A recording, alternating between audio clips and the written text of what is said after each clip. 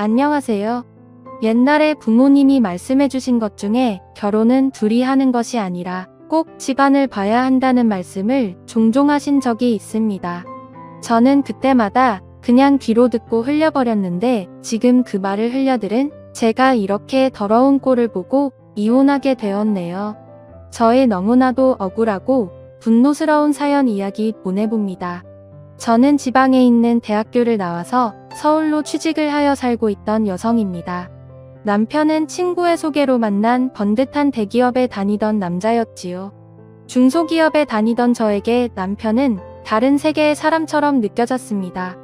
명문대 출신의 대기업 남자 누가 봐도 1등 신랑감이었던 남편, 그와 다르게 서울에 올라와 중소기업에서 지금 월급으로 아둥바둥하는 살고 있는 저에게 먼저 다가와 자신의 이상형이라며 다가와준 이런 남자. 하지만 이런 남자에게 저는 어울리지 않을 거라며 몇 번이고 밀어냈었습니다. 사실 그땐 남자 혐오증도 좀 많이 있었습니다. 초면에 남편에 대한 평가는 나랑 다른 세계의 사람이기도 했고 그 이상도 이하도 아닌 호감을 못 느꼈거든요. 제 입으로 말하긴 그렇지만 처녀 시절 때 외모 탓 때문인지 많은 남자들의 관심을 받았고 서울에 올라온 지 얼마 안 되었을 때 나쁜 남자에게 속아서 사귀고 헤어진 뒤로는 스토킹도 단년 이상 당했던지라 진짜 남자라면 질려서 남자들에 대한 관심이 정말 없다 싶어 했었거든요. 그렇게 저는 4년 동안 남자친구 없이 혼자 지냈습니다. 물론 그동안 정말 많은 남자들한테 호감 표시를 받았지만 대응한 적은 단 한 번도 없었고요. 그런데 이상하게 남편은 진짜 순수하게 저만 챙기는 게 느껴질 정도였습니다. 저를 유리그릇 다루듯이 챙기려는 남편을 보고 괜히 상처 주기도 싫어서 제가 왜 우리들은 사귀면 안 되는지에 대해서 말을 했더니 남편이 말하길 자신도 그렇게 모든 것이 완벽한 게 아니라고 하더군요.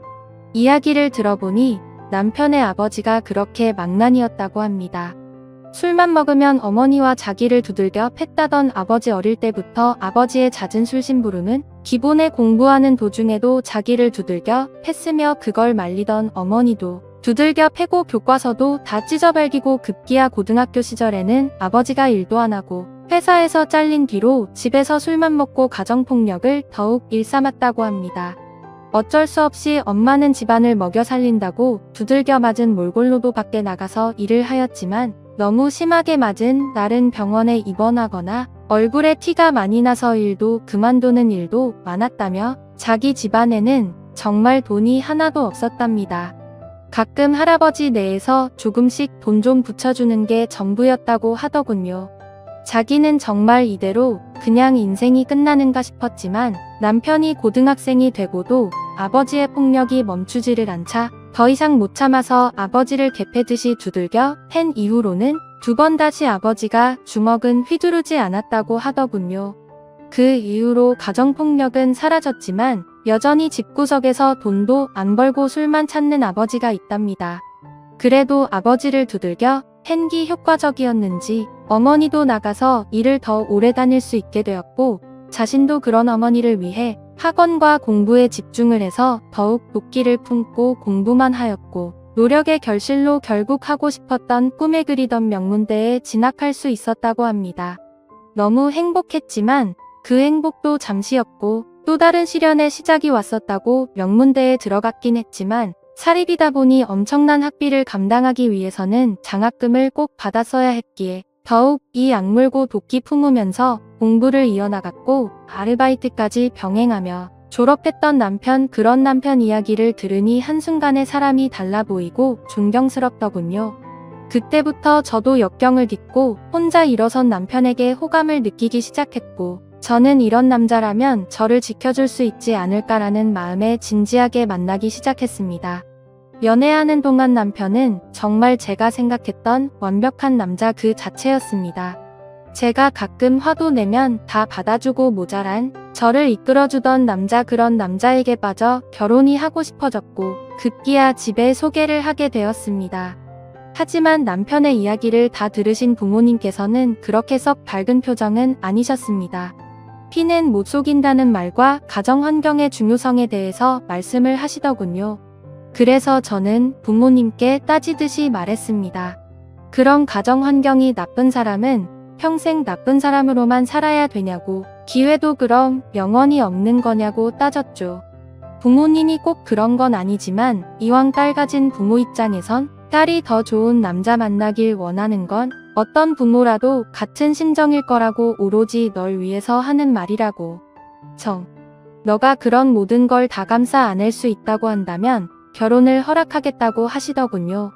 그리고 시부모님을 뵈러 갔을 때 그 중요한 날에도 시아버지는 술에 취해 있더군요.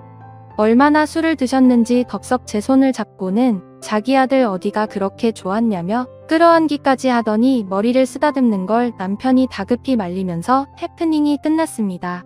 그땐 정말 얼마나 놀랐었는지, 남편이 정말 미안하다고, 결혼하면 그래도 우린 따로 나가서 살 거니까 괜찮을 거라고 하더군요. 그렇게 우여곡절을 끝에 결혼을 하게 되었고, 평범하게 신혼부부의 생활을 이어갈 무렵 시어머니가 갑자기 심장마비로 쓰러지셨습니다. 장애가 남을 수 있다고 하였고 재활케어가 정말 중요하다는 말에 남편이 어느 날 퇴근하고서 제 앞에 무릎 꿇고는 빌더군요. 내가 지금 돈이 많이 없어서 재활원에 보내드릴 수는 없고 돌봐줄 사람이라고는 자기밖에 없는데, 그렇게 되면 어머니를 집안에 모시게 되어야 하고 아버지도 올 것 같은데 저한테 너무 미안하다고, 정말 이런 의도가 없었다며 비참하게 저한테 사정을 하더군요. 저도 정말 싫었지만 아무리 생각해봐도 저희 형편의 시어머니에게 그 비싼 치료비를 다 지급해드릴 수도 없고 저희가 돌보는 수밖에 없을 것 같더라고요. 그렇게 시부모를 어쩔 수 없이 모시게 되었습니다. 지금 생각해보면 그때 제 불길한 마음을 믿고 어떻게든 했어야 되지 않았나 수백 번이고 후회하고 있습니다. 그렇게 시아버지와 시어머니가 오시고 나서는 저는 일도 그만두고 시어머니 병수발을 하였고, 시아버지는 방 안에서 술을 드시고 횡설수설 하시더군요. 가끔씩 절 보는 눈빛이 너무나도 소름 끼쳐서 무서웠습니다. 남편은 퇴근을 하면 최대한 빠르게 집에 와서는 저한테 미안한지 계속 눈치를 보며 시어머니를 챙기고 저보고 항상 싫어했지만 사실상 저희 부부의 신혼생활은 끝이 났었습니다. 그리고 부부로서 사랑도 나눌 수가 없었고요. 한 번은 시도한 적이 있었는데 시아버지가 문틈으로 훔쳐보는 걸 제가 발견하고 깜짝 놀라서 소리친 이후로는 저도 겁이 나서 두 번 다시는 그런 적이 없었습니다. 그 이후로도 시아버지는 저에게 몰래 다가와 뒤에서 바짝 다가오더니 아들놈은 이런 걸 마음대로 할 수 있다며 부럽다는 등의 이야기를 하더군요. 그때마다 성질을 내며 남편에게도 말을 했지만 남편이 시아버지에게 아무리 화를 내도 고쳐지질 않았습니다. 오히려 은근 슬쩍 실수인 척 제 몸을 스치는 듯한 일도 늘어났습니다. 그리고 몇 달이 지나고 저는 오랜만에 친구들을 만나서 진탕 마시고 들어왔었는데 그날 밤 남편이 들어오기 전에 사고가 일어나고야 말았던 거죠. 시아버지는 남편에게 말하면 모두 끝장내버릴 거라며 협박을 하더군요. 저는 그렇게 말할까 말까 큰 고심에 빠졌고 도저히 저는 못 견디고 그 다음날 경찰을 불러 신고해서 시아버지를 잡아갔습니다. 시아버지는 경찰서에서 제가 유혹을 했다고 소리치더군요. 항상 집에서 옷을 얇게 입고 있었다면서 며느리가 유혹해서 그런 거라며 고래고래 소리를 지르며 당당하게 말하는데 진짜 너무너무 쪽팔리고 창피해 죽겠더라고요. 근데 저를 위로해줄 줄 알았던 남편은 집에 와서 저한테 충격적인 말을 하더군요. 이런 일이 생겼으면 자기한테 먼저 말을 했어야지 왜 경찰을 먼저 불렀냐며 저를 탓하더군요. 저는 순간적으로 멍해져서 제가 잘못 들은 줄만 알았습니다. 그리고 남편의 눈길에서 읽은 느낌은 그동안 제가 알고 믿고 지내던 남편이 아니었습니다. 뭔가 제가 부정을 저지른 듯한 저를 탓하는 눈빛에 남편, 저는 그 눈길에 진짜 그 인간 쓰레기 시아버지 말처럼 제가 시아버지를 유혹한 천하의 둘도 없는 더러운 며느리가 된 것 같은 기분을 느꼈습니다. 그 이후로 공황장애가 왔고 남편의 얼굴을 보기만 해도 토가 나오는 지경까지 이르렀습니다. 남편은 쌀쌀 맞은 말투로 대체 왜 그러냐며 했습니다.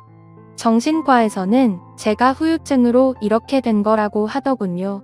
거의 한 달 지나도 몸 상태가 좋아지질 않자 남편은 혹시 임신한 건 아니냐며 테스트라도 해보라는 말에 제가 진짜 그때 정신이 반쯤 나가서 집안 물건이고 뭐고 다 집어던지며 남편에게 소리를 질렀었습니다. 그리고 테스트 결과 임신은 아니었고요. 남편은 제가 힘들어 보이니 그냥 친정집이라도 내려가 있으라는 말에 바로 짐을 싸서 친정으로 내려갔고 문자로 이혼하자고 보냈습니다. 그제서야 남편은 아픈 어머니 때문에 갈 수가 없는데 대체 저까지 왜 그러냐며 문자 보내는 걸 다 싶더군요. 그렇게 한 달쯤 지나서 남편이 저를 찾아와 이제 집으로 돌아오라며 말했지만 저는 한 달 만에 본 남편을 보고 제 공황장애는 더욱 심해져 두려움에 몸이 떨렸습니다. 결국 톡까지 하게 되자 친정 부모님이 남편 보고 일단 돌아가라고 시켰습니다. 저는 시간이 좀 흘러 몸이 좀 진정이 되자 남편에게 전화를 해서 말했습니다. 당신이랑은 이제 절대로 같이 살 수가 없을 것 같다고. 나는 당신 아버지에게 피해자였는데 누구보다 날 보호해야 되는 당신이 날 더러운 여자로 취급했고 당신의 눈빛 속에 있는 난 이미 시아버지를 유혹한 여자였다고? 이제 당신 얼굴만 봐도 트라우마가 생기고 죽을 것 같으니까 그냥 우리 이혼하자고 했더니 절대 못한다며 우리 집 앞까지 찾아와 무릎 꿇고 나오라며 소리 지르길래 경찰 불러서 쫓아냈네요. 시아버지는 징역 3년을 받았습니다. 정말 기가 막히더군요. 제 인생은 파멸이 되었는데 어떻게 이게 겨우 3년을 받은 건지 이해할 수가 없습니다. 저는 그날 이후로 남자라면 나이가 적든 많든 심지어 어린애조차도 경계를 하게 되었고 타인과 맹사를 부딪히는 것조차 극도로 꺼려해서 장갑과 마스크를 항상 끼게 되었습니다. 정신과 약을 먹지 못하면 지금도 손이 떨리고요. 이제 몇 달 뒤면 그 시아버지가 출소한다네요. 너무 억울합니다. 사연의 내용은 여기까지입니다. 오늘도 영상 봐주셔서 감사합니다.